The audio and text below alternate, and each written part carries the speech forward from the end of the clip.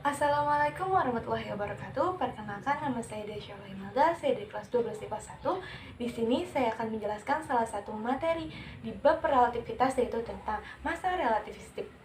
Menurut teori relativistik Einstein, massa benda adalah besaran yang relatif yang besarnya dipengaruhi oleh kecepatan benda tersebut. Jadi, massa benda akan bertambah jika kecepatannya pun bertambah.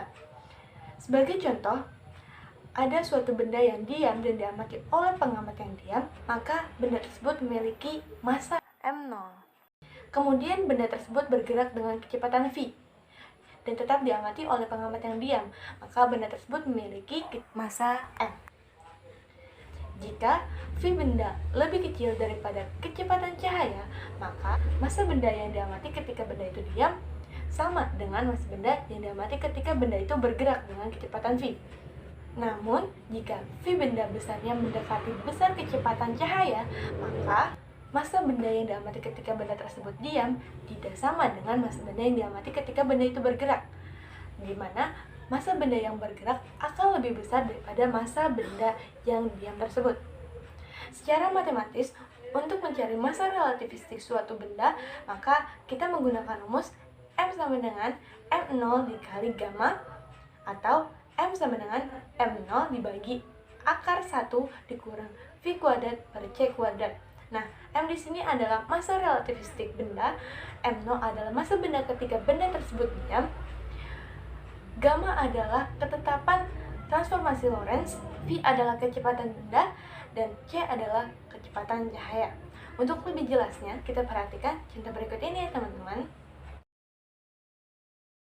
Soalnya adalah jika sebuah benda diam memiliki massa 10 kg, kemudian bergerak dengan kecepatan 0,6 C, maka massa benda itu menjadi, yang diketahui pada soal adalah massa benda ketika diam atau M0 sama dengan 10 kg dan kecepatan benda atau V sama dengan 0,6 C.